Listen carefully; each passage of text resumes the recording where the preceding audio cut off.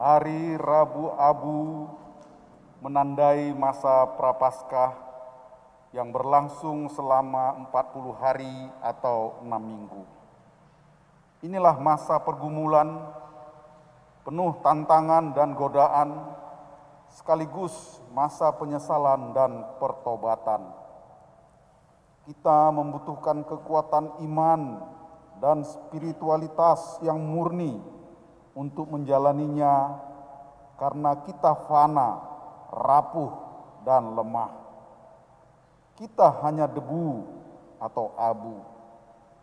Oleh sebab itu, mari tunduk dalam kerendahan hati di hadapan Allah serta memohon rahmat dan kuasa-Nya untuk menguatkan kita sehingga kita tabah melangkah dengan meneladani Kristus di saat masa-masa derita dan sengsaranya untuk terus berjalan sambil memikul salib sampai tiba di hari kemenangan, yaitu Paskah.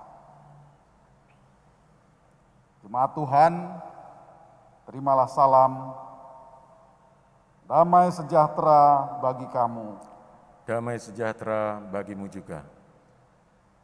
Marilah beribadah.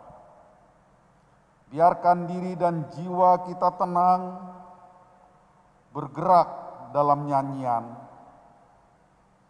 berteduh dalam doa, serta hanyut dalam kekayaan firman Tuhan.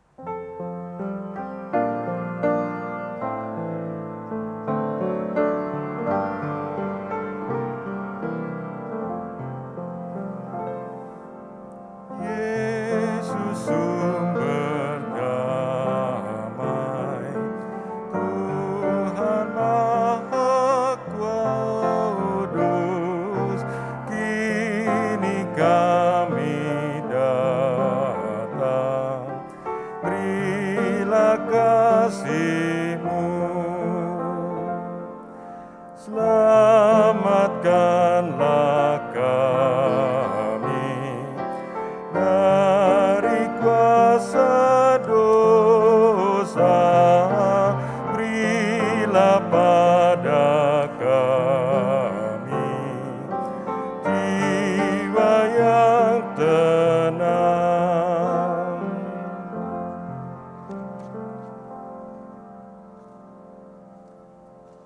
Jemaat Tuhan, marilah kita berdoa. Allah Tritunggal yang Maha Kuasa dan Kekal, Engkau tidak membenci satupun yang telah Kau ciptakan. Engkau mengampuni semua orang yang menyesali dosanya. Di tengah pandemi COVID-19 yang masih melanda, buatlah kami sadar dan mengakui betapa buruknya keadaan kami, bahwa kami fana dan rapuh, kami hanya debu dan abu. Di hadapan-Mu, kami tunduk dan menyesal, serta berkabung atas dosa kami. Ampuni dan layakkan kami, biar kami kembali menjadi milik-Mu. Sebab Engkau Allah Maha Pengasih dan Pengampun. Engkau tidak mengingat-ingat dosa kami. Engkau yang kami puji dan sembah melalui Yesus Kristus Tuhan kami, yang hidup dan berkuasa bersama Engkau dan Roh Kudus, sekarang dan selama-lamanya. Amin.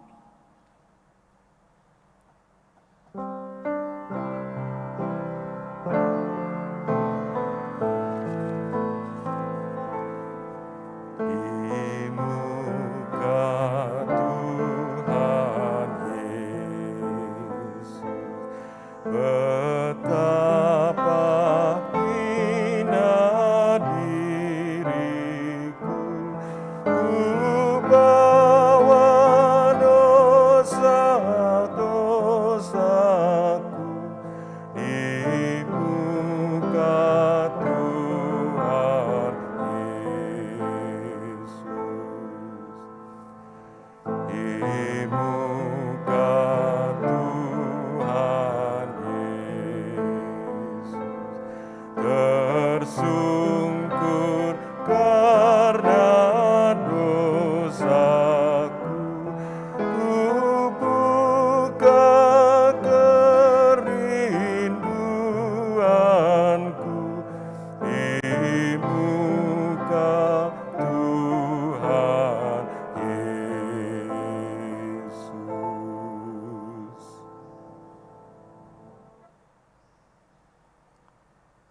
Injil Matius pasal 4 ayat 1 sampai 11 menyatakan, maka Yesus dibawa oleh Roh ke padang gurun untuk dicobai iblis. Dan setelah berpuasa 40 hari dan 40 malam, akhirnya laparlah Yesus.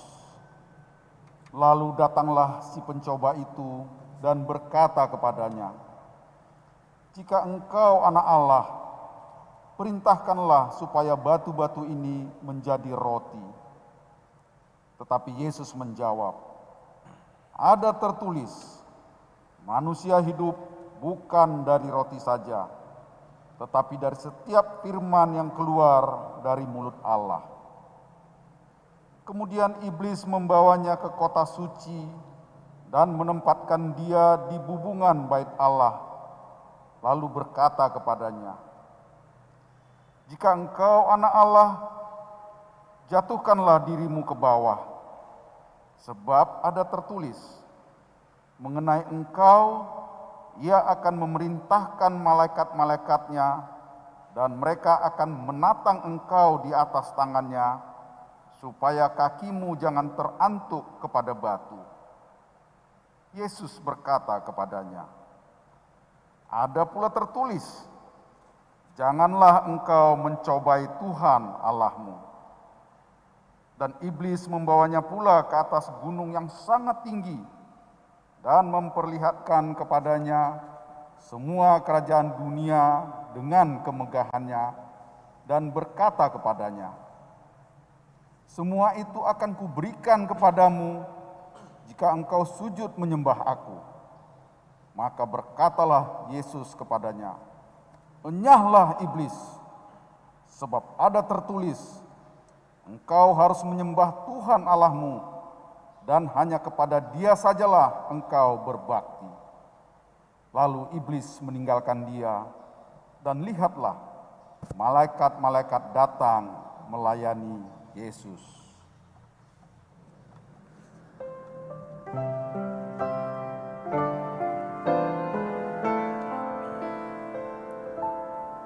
Di muka Tuhan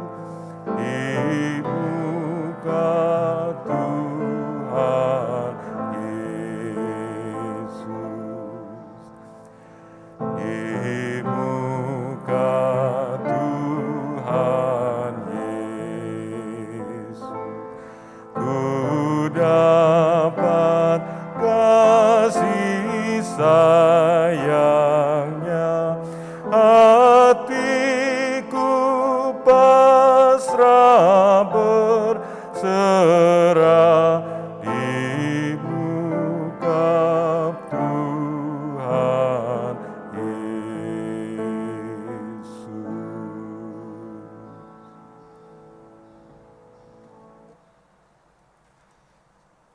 Injil Matius 11 ayat 28 sampai 30 menyatakan, "Marilah kepadaku semua yang letih lesu dan berbeban berat.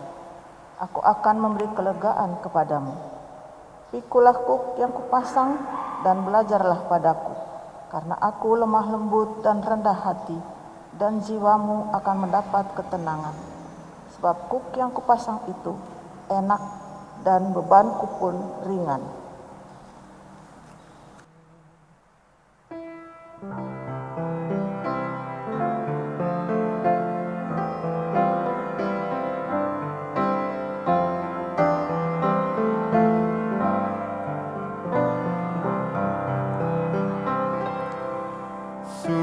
Suara Yesus ku dengar, hai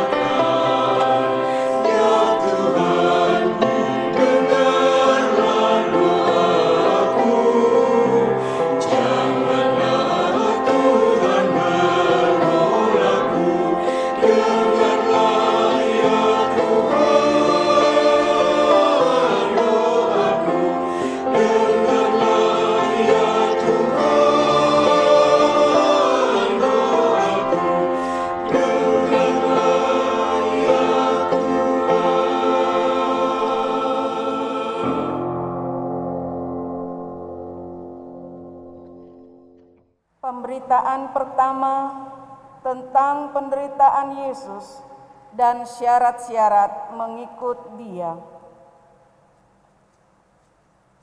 Injil Markus 8 ayat 31 sampai 35 yang menyatakan, kemudian mulailah Yesus mengatakan kepada mereka bahwa Anak Manusia harus menanggung banyak penderitaan dan ditolak oleh tua-tua, imam-imam kepala, dan ahli-ahli Taurat, lalu dibunuh dan bangkit sesudah 3 hari. Hal ini dikatakannya dengan terus terang, tetapi Petrus menarik Yesus ke samping dan menegur Dia.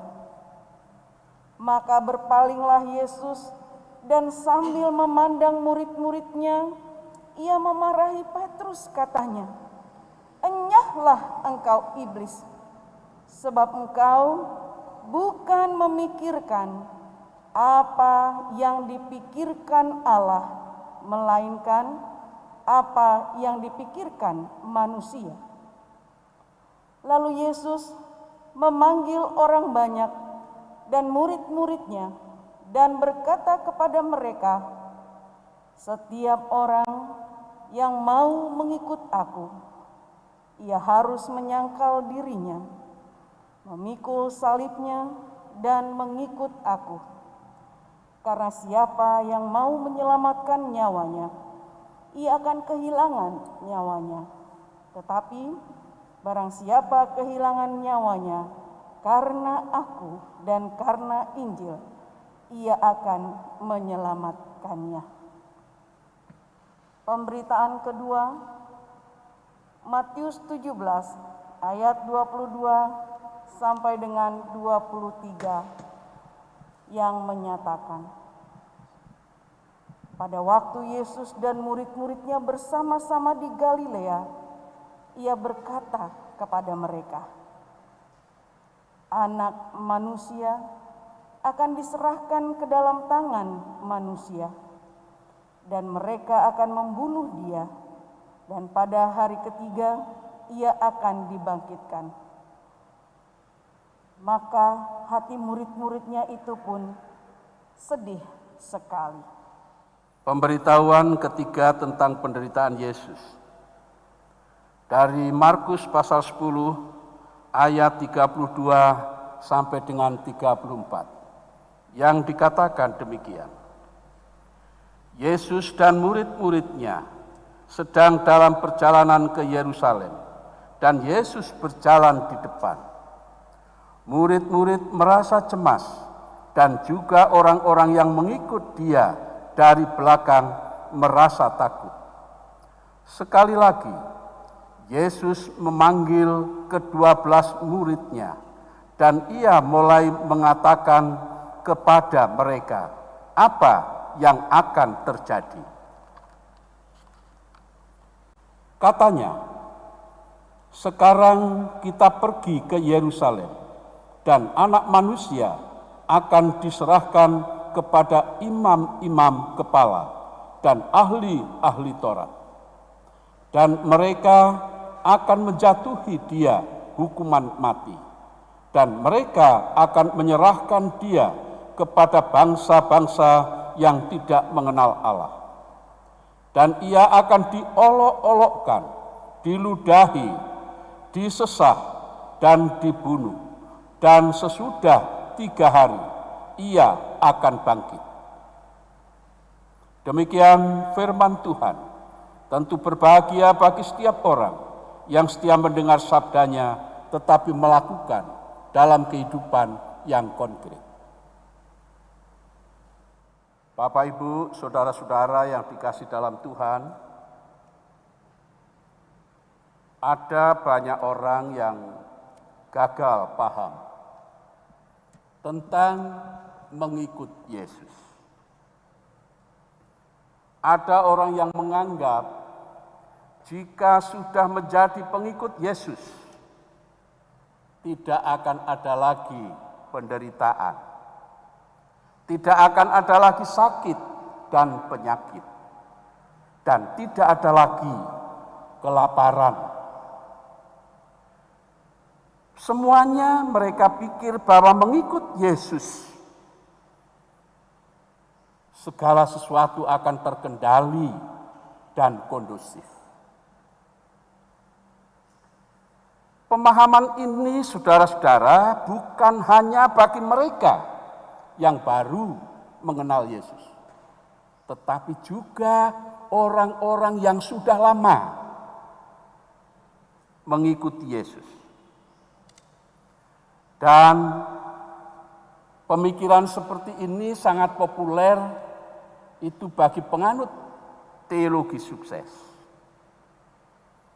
Ciri bagi mereka mengikut Yesus atau pengikut Yesus yang baik dan benar, kalau dia diberkati dengan harta, materi, dan finansial yang berlebihan,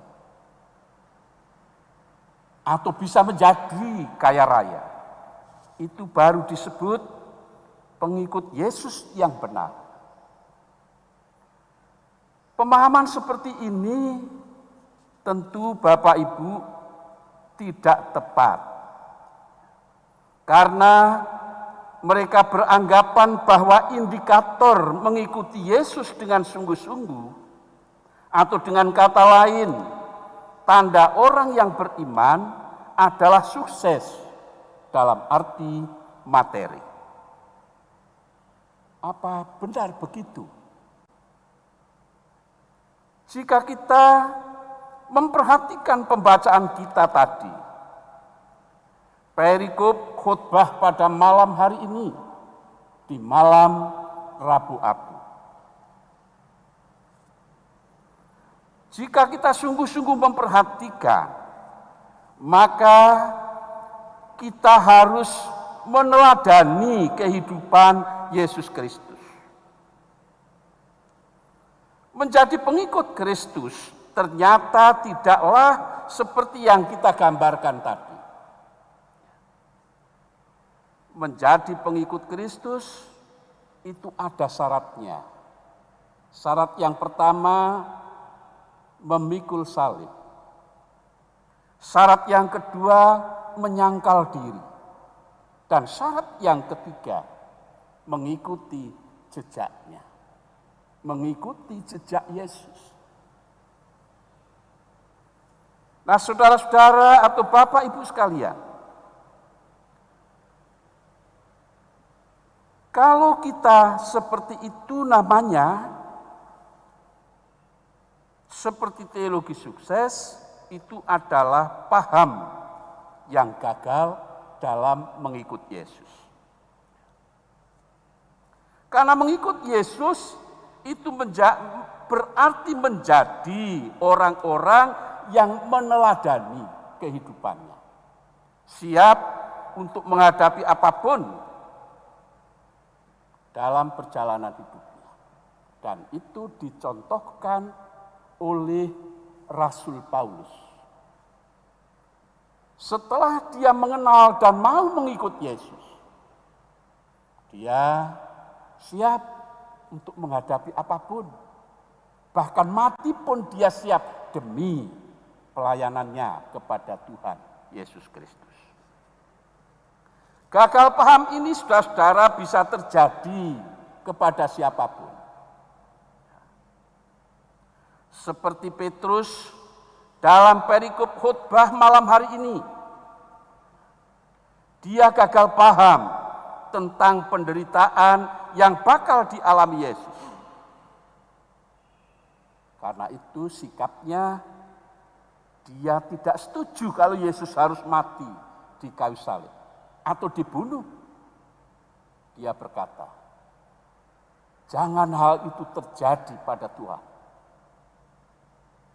Tapi apa dikatakan Yesus? Yesus justru menarik dia.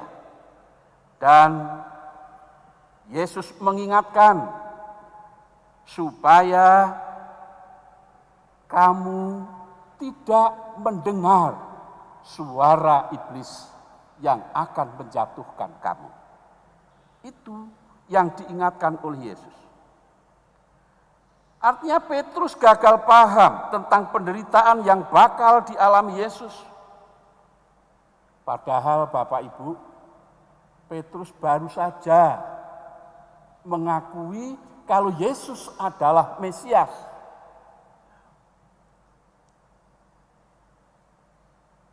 Bapak Ibu saudara-saudara, kalau Petrus tidak gagal paham, justru dia akan merasa bangga karena dengan penderitaan dan kematian serta kebangkitannya itu membuktikan bahwa Yesus adalah Mesias yang telah dinubuatkan oleh para nabi. Dialah juru selamat itu.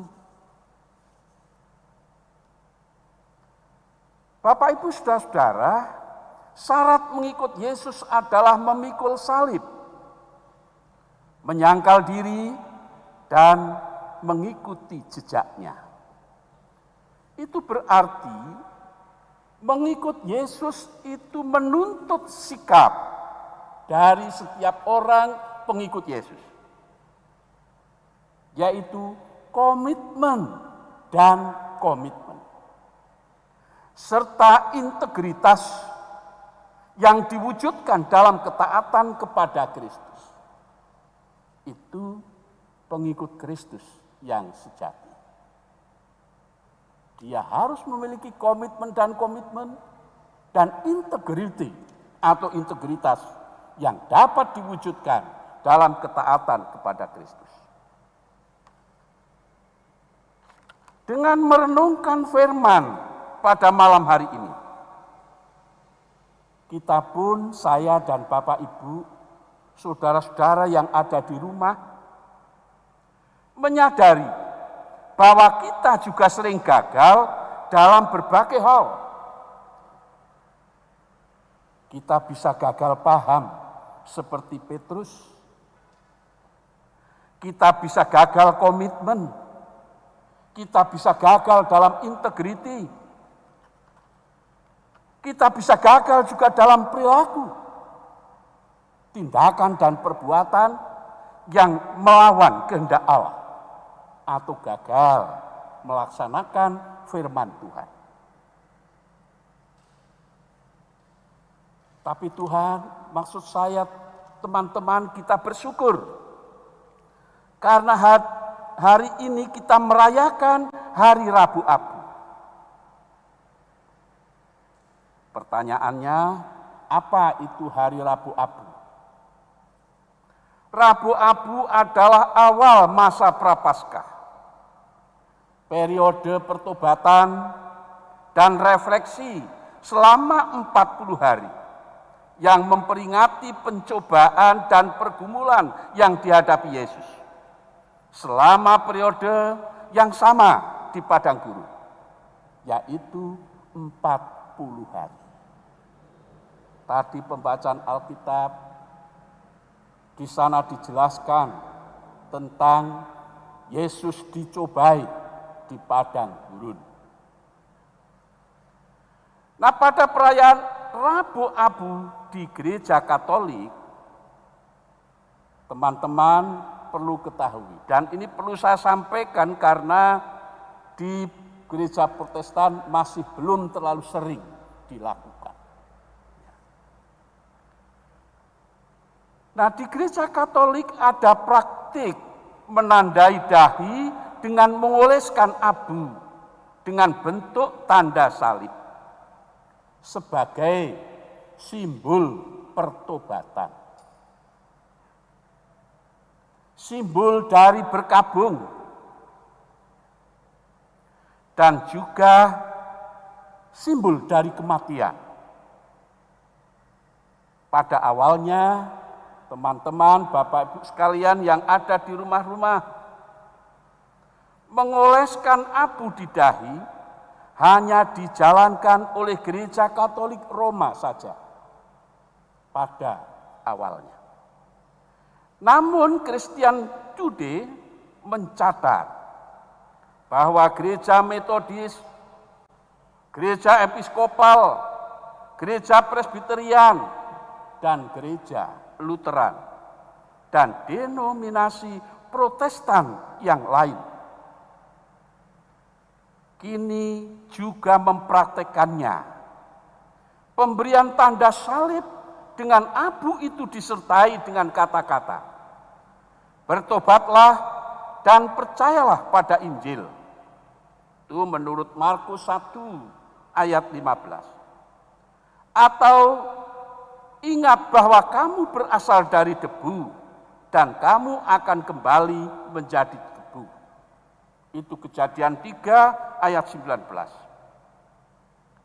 Tetapi saudara-saudara, karena pandemi atau situasi pandemi saat ini yang dialami oleh masyarakat seluruh dunia, Gereja Katolik pada tahun ini juga tidak mengoleskan abu.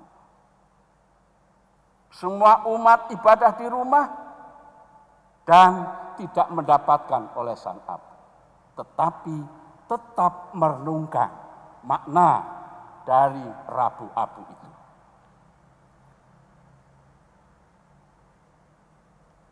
Bapak, Ibu, dan teman-teman sekalian, mengapa pada hari Rabu Abu kita menerima, atau orang-orang Katolik yang lebih biasa itu menerima abu di kening? Saudara-saudara, sejak lama bahkan berabad-abad sebelum Kristus, abu telah menjadi tanda tobat. Misalnya di dalam kitab Yunus dan kitab Ester, ketika Raja Niniwe mendengar nubuat Yunus bahwa Niniwe akan ditunggang balikkan, maka turunlah Raja Niniwe dari singgasananya, ditanggalkan jubahnya, dan diselubunginya kain kabut. Lalu dia duduklah di atas abu. Itu menurut Yunus pasal 3 ayat 6. Dan ketika Ester menerima kabar dari Mordekai pamannya bahwa ia harus menghadap raja untuk menyelamatkan bangsanya, Ester menaburi kepalanya dengan abu. Kemudian Bapak Pius Pars dalam bukunya The Church Year of Grace menyatakan bahwa Rabu Abu pertama terjadi di Taman Eden setelah Adam dan Hawa berbuat dosa. Tuhan mengingatkan mereka bahwa mereka berasal dari debu tanah dan akan kembali menjadi debu. Oleh karena itu, debu inilah dipraktekkan oleh gereja-gereja yang sekarang juga dilaksanakan oleh gereja-gereja non-Katolik atau Protestan. Saudara-saudara, di sini ingin diingatkan bahwa kita ini debu dan akan kembali menjadi debu. Karena itu pesannya, bertobatlah dan percayalah kepada Injil Yesus Kristus. Hal lain yang perlu kita renungkan, saya jelaskan di sini. Apa itu masa Prapaskah? Masa Prapaskah adalah masa pertumbuhan jiwa kita. Kadang-kadang jiwa kita mengalami masa-masa kering, di mana Tuhan terasa amat jauh. Masa Prapaskah akan mengubah jiwa kita yang kering itu. Masa Prapaskah juga membantu kita untuk mengatasi kebiasaan-kebiasaan buruk seperti mementingkan diri sendiri dan suka marah. Saya pikir di antara kita tidak ada yang tidak pernah marah. suka marah, mementingkan diri sendiri. Dan itu bisa direnungkan di masa Prapaskah.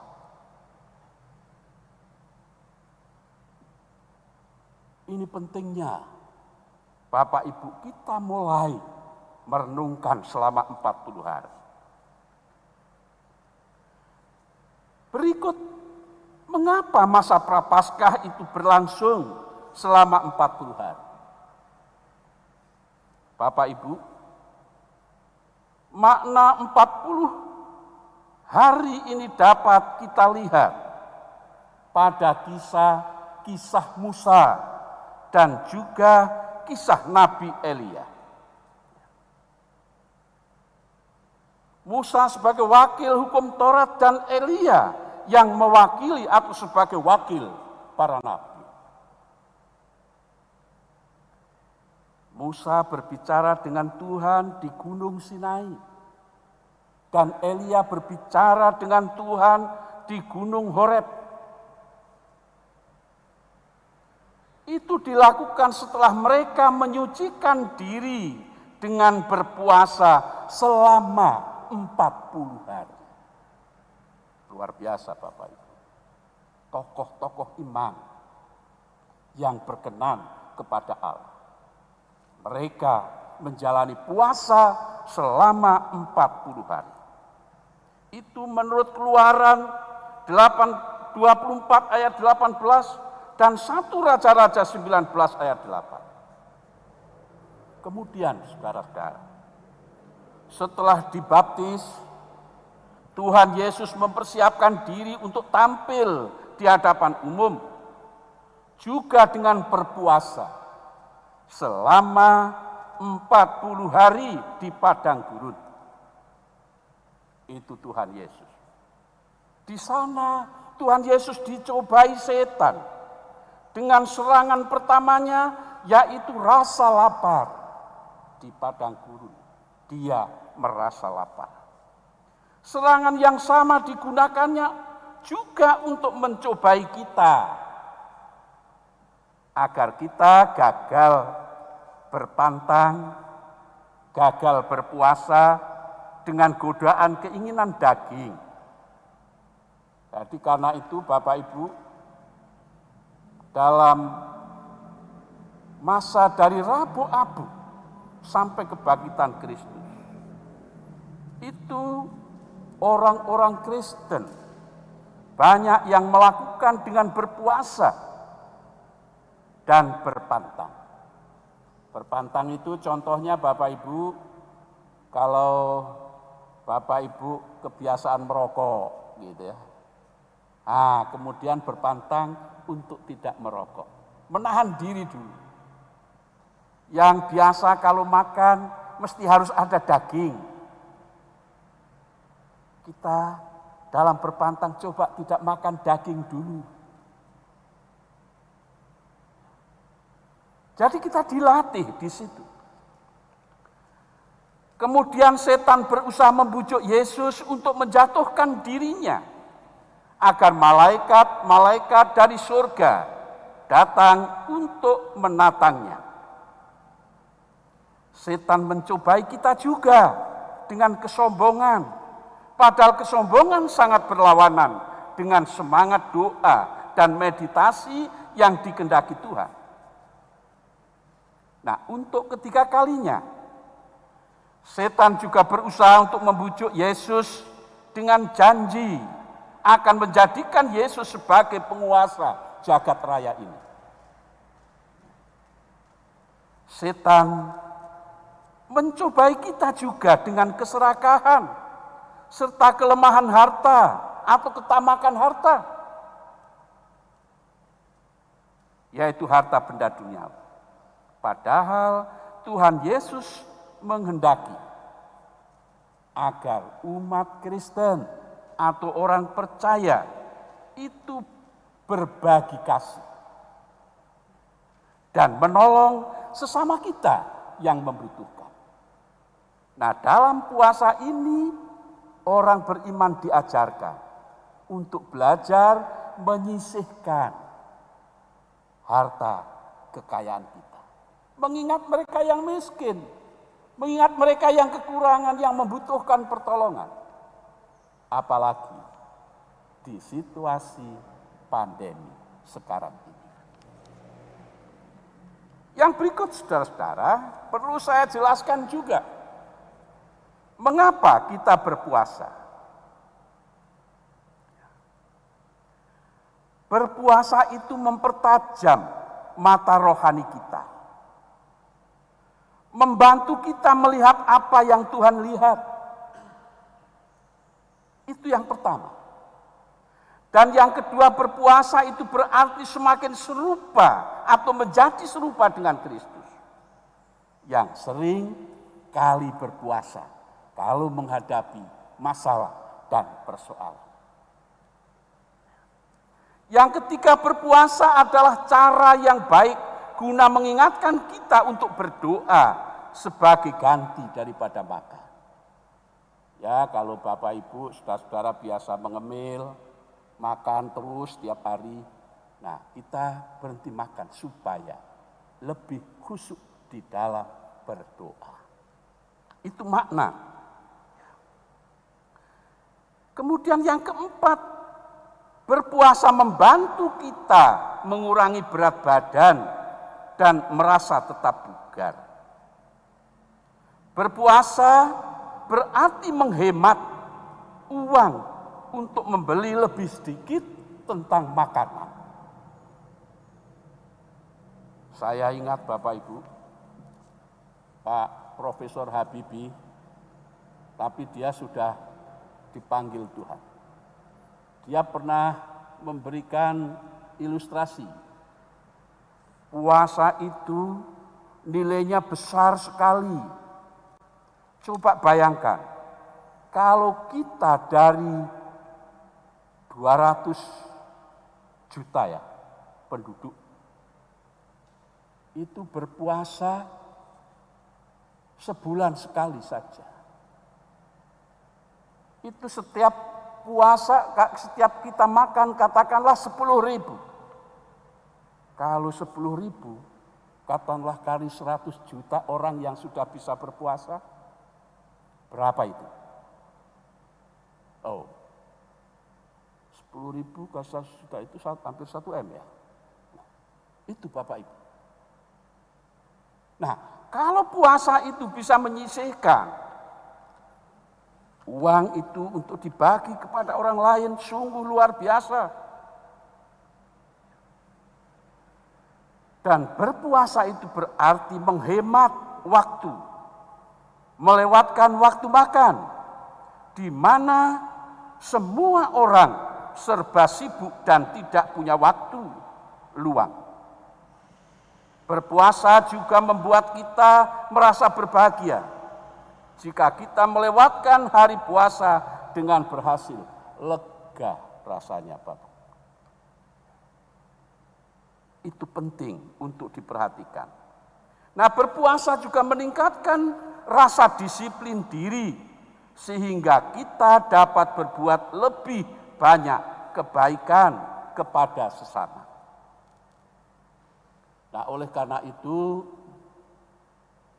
melalui peringatan atau ibadah dan perenungan firman Tuhan di hari Rabu Abu, untuk selama 40 tahun, maksud saya 40 hari ke depan, kita akan merenung, merefleksi batin kita, mempersembahkan hidup kita untuk Tuhan. Nah, selama masa Prapaskah selayaknya kita hidup sebagai anak-anak terang. Karena terang hanya berbuahkan kebaikan dan keadilan dan kebenaran. Selama masa Prapaskah kita bisa berpuasa dan berpantang. Tetapi Bapak Ibu, karena ini hari yang diliputi dengan pandemi, saya tidak menganjurkan atau mengharuskan. Tetapi bagi teman-teman warga jemaat yang akan berpuasa dan berpantang, yang merasa kuat, dipersilahkan. Dipersilahkan untuk berpuasa dan berpantang. Saya kasih contoh, kalau teman-teman kita Katolik diajarkan puasa itu 24 jam dengan makan 1 kali. Dan kalau masih ini boleh makan sedikit kecil, tapi 1 kali saja. Dan itu tidak berarti makan kecilnya harus ngemil setiap hari, enggak. Itu enggak puasa namanya. Itu puasa. Kalau senada. Nah, muncul pertanyaan. Kemudian yang kedua, bagi mereka puasa di hari Jumat Agung. Kemudian muncul pertanyaan, bagaimana kalau kita mau puasa setiap hari? Oh, boleh kalau kuat. Puasa setiap hari boleh kalau kuat. Nah, kalau Bapak Ibu mau mencoba, silahkan. Bisa puasa 1 hari saja dulu, misalnya. Berikutnya kalau bisa kuat, bisa lebih. Sehingga ini akan membiasakan kita. Ya. Untuk membangun spiritual, mendekatkan diri kepada Tuhan lewat doa dan puasa, tetapi juga belajar berpantang tentang kebiasaan kita yang mungkin tidak terlalu baik. Kita berpantang dulu. Kebiasaan merokok misalnya, kebiasaan makan permen sehingga meningkatkan gula, pantang dulu. Kebiasaan ngemil, saya berpantang ngemil pada hari ini. Kalau ada orang tawari kacang, no, saya lagi berpantang makan kacang. Saudara-saudara, ini positif dan baik kalau kita lakukan. Karena itu selamat merayakan Hari Rabu Abu dan memasuki masa Prapaskah sampai kepada kebangkitan Yesus yang menyelamatkan kita. Tuhan memberkati. Amin.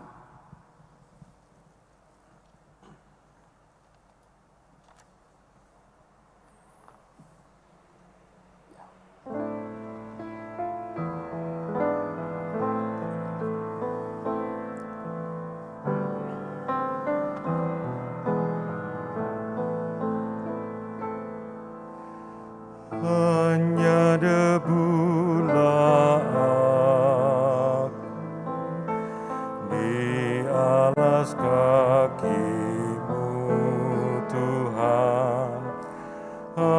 Hauskan titik embun, sabda penuh ampun. Tak layak aku tengada menatap wajah-Mu, namun tetap ku percaya Maha Rahim Engkau.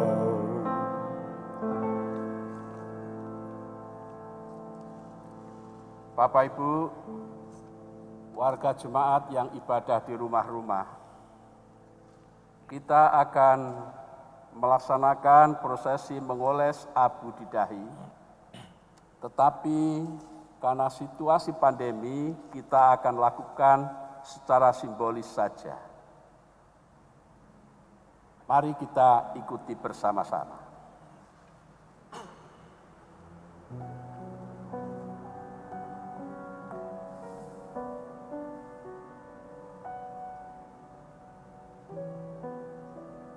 Ingatlah, engkau debu dan akan kembali kepada debu. Bertobatlah dan percayalah kepada Yesus Kristus.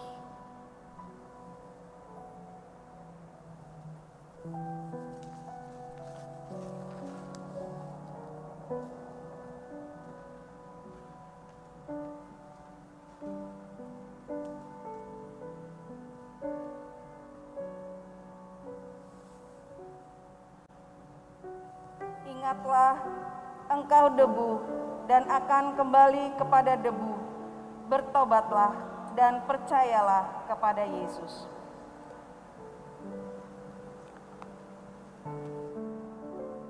Jemaat yang dikasihi Tuhan, kita akan masuk di dalam doa pribadi. Bapak, Ibu, Saudara sekalian, silakan mengambil doa secara pribadi.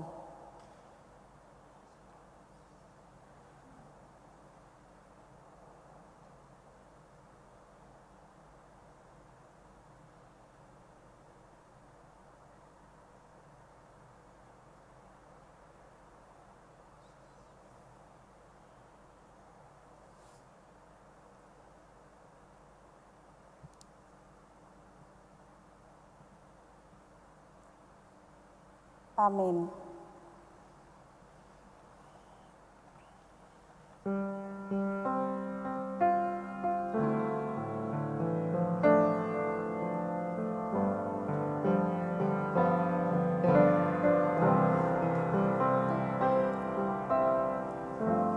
Saya mau ikut Yesus.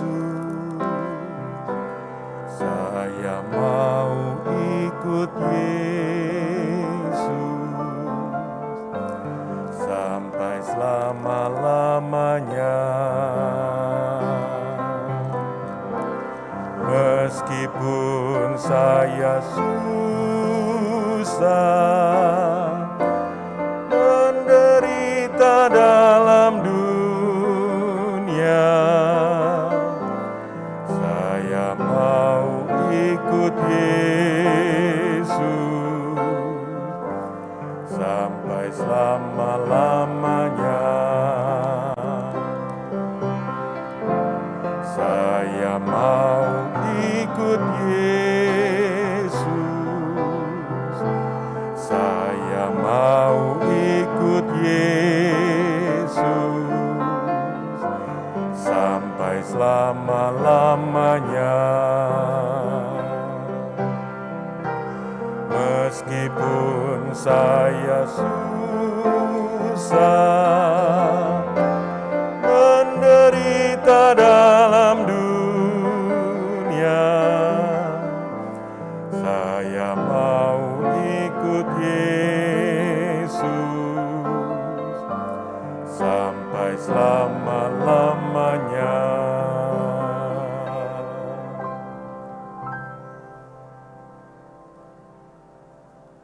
Jemaat yang dikasihi Tuhan, kita akan masuk dalam doa syafaat. Mari kita berdoa. Ya Tuhan, kami memasuki masa Prapaskah yang dimulai pada hari Rabu Abu ini.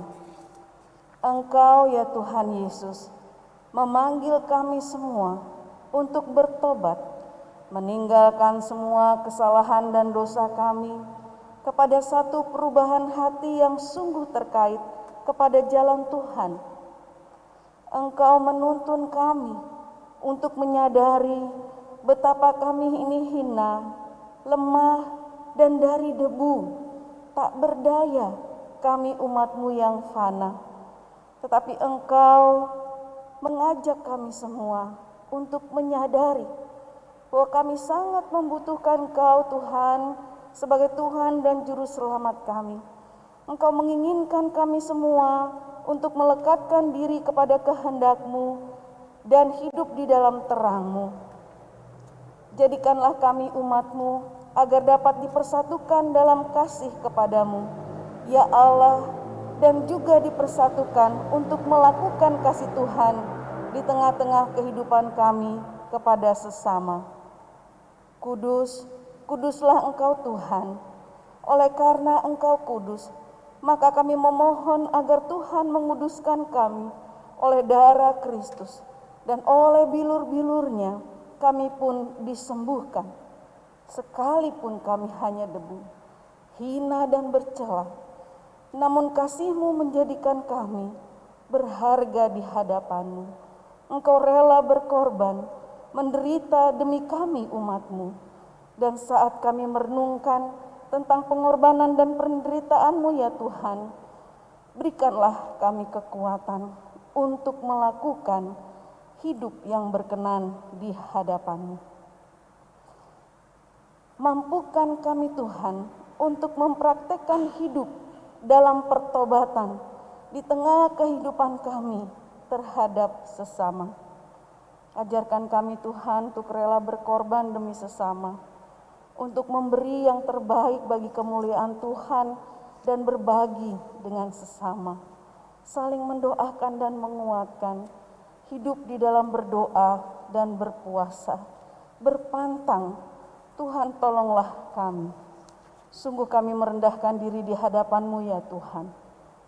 Inilah doa kami, dalam nama Tuhan Yesus Kristus, kami berdoa sebagaimana Tuhan Yesus ajarkan kepada kami.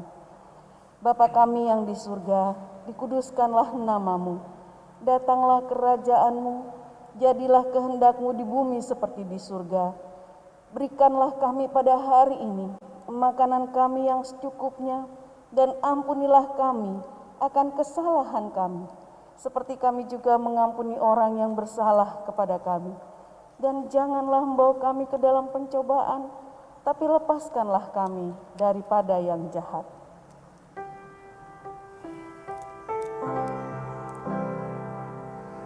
Karena Engkaulah yang empunya kerajaan dan kuasa dan kemuliaan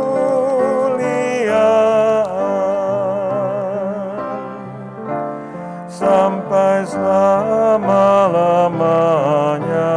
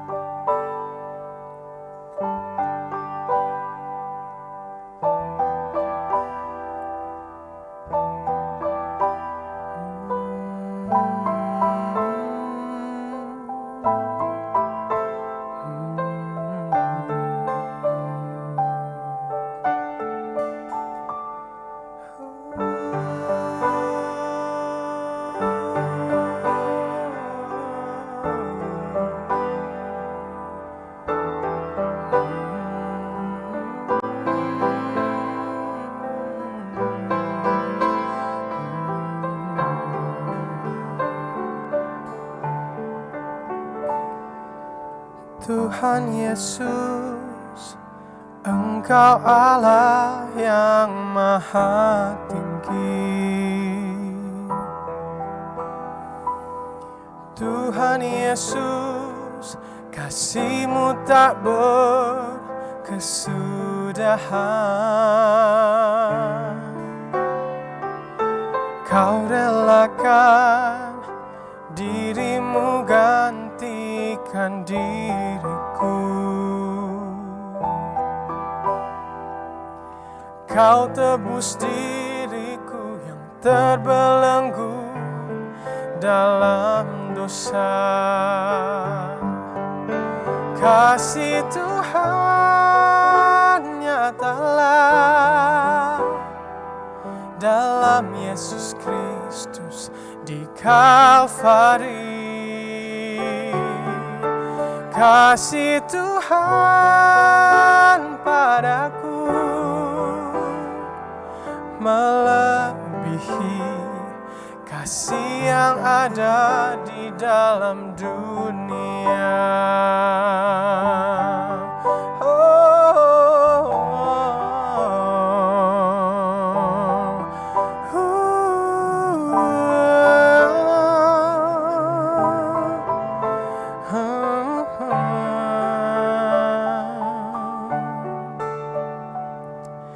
Tuhan Yesus, Engkau Allah yang maha tinggi.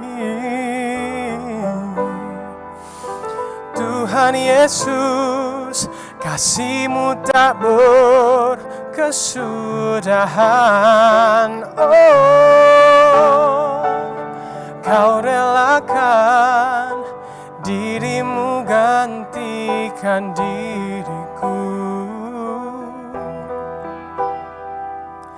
Kau tebus diriku yang terbelenggu dalam dosa. Kasih Tuhan nyatalah dalam Yesus Kristus di Kalvari. Kasih Tuhan padaku melebihi kasih yang ada di dalam dunia. Oh, kasih Tuhan nyatalah dalam Yesus Kristus di Kalvari.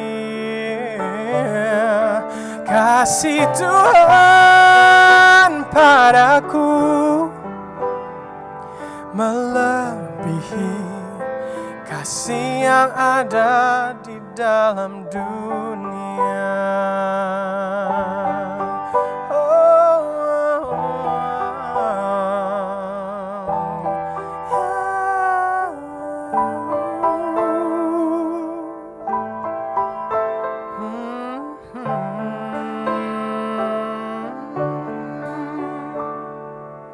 Tuhan Yesus, Engkau Allah yang maha tinggi.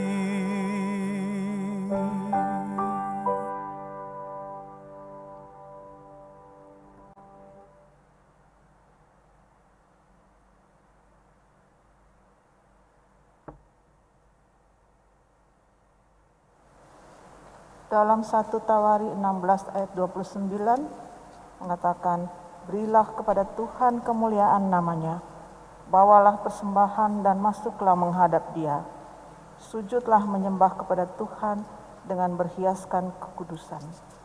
Berdasarkan firman Tuhan itu, mari kita memberikan persembahan syukur kepadanya. Kolekte yang terkumpul dapat disetorkan ke Bank Mandiri Giro Jemaat seperti yang tertera pada layar, atau dapat dimasukkan ke dalam amplop dan diserahkan kepada jemaat jika kondisi sudah memungkinkan, atau dikoordinasikan dengan korset. Tuhan memberkati saudara dan persembahan saudara.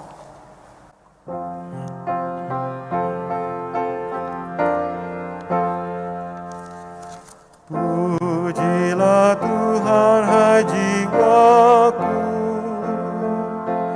puji namanya.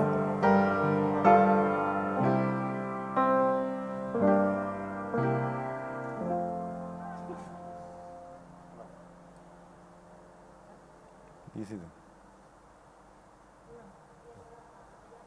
Oke.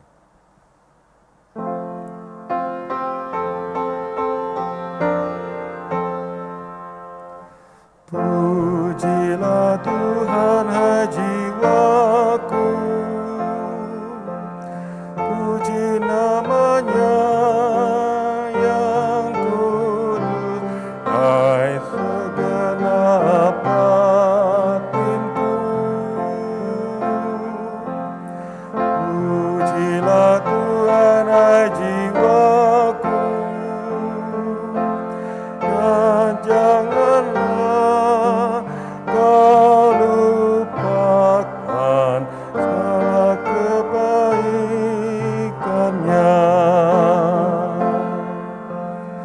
Pujilah Tuhan, hai jiwaku, puji namanya yang kudus, hai segenap batinku. Pujilah Tuhan, hai jiwaku, dan janganlah kau lupakan segala kebaikannya.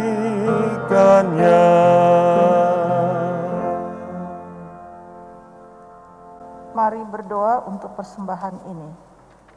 Ya Tuhan Yesus, di hari Rabu Abu mengawali masa Prapaskah ini, kami menyadari bahwa tubuh, jiwa, roh, dan semua yang kami miliki adalah dari tangan-Mu. Kami ada sampai saat ini adalah anugerah-Mu. Kini kami memberi persembahan sebagai tanda kesediaan kami untuk berbagi kepada sesama. Biarlah setiap hari di masa Prapaskah ini, kami juga mau melakukan puasa agar dapat mendermakan sesuatu setiap hari untuk diteruskan kepada sesama yang membutuhkan. Dengan demikian kami terus berjalan di jalan sengsara, mengikuti jejak-jejak-Mu, sampai kemenangan kami di dalam kebangkitan-Mu. Dalam nama Yesus kami berdoa. Amin. Bapak, Ibu, Saudara-saudara, jemaat Tuhan yang ada di rumah-rumah, masuki dan jalani masa Prapaskah ini untuk menyambut Paskah. Ingatlah selalu makna abu yang telah kita terima, bahwa kita menyesali dosa dan bertobat. Kita mengarahkan hati kepada Kristus yang sengsara, mati dan bangkit demi keselamatan kita. Kita memperbaharui janji-janji yang kita ucapkan dalam pembaptisan, yaitu kita mati atas hidup yang lama dan bangkit kembali dalam hidup yang baru bersama dengan Kristus. Akhirnya kita menyadari bahwa kerajaan dunia ini akan berlalu dan kita berjuang untuk hidup dalam kerajaan Allah sekarang ini serta merindukan kepenuhannya di sorga kelak.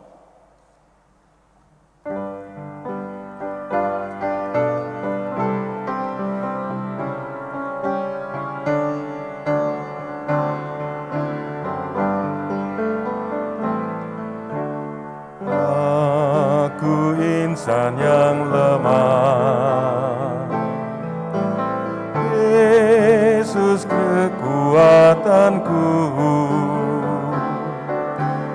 Ku tenang selamanya, asal Yesus dekat padaku. Bersamamu Tuhanku, itu kerinduanku. Terus berjalan denganmu, ya Tuhan, bimbing langkahku.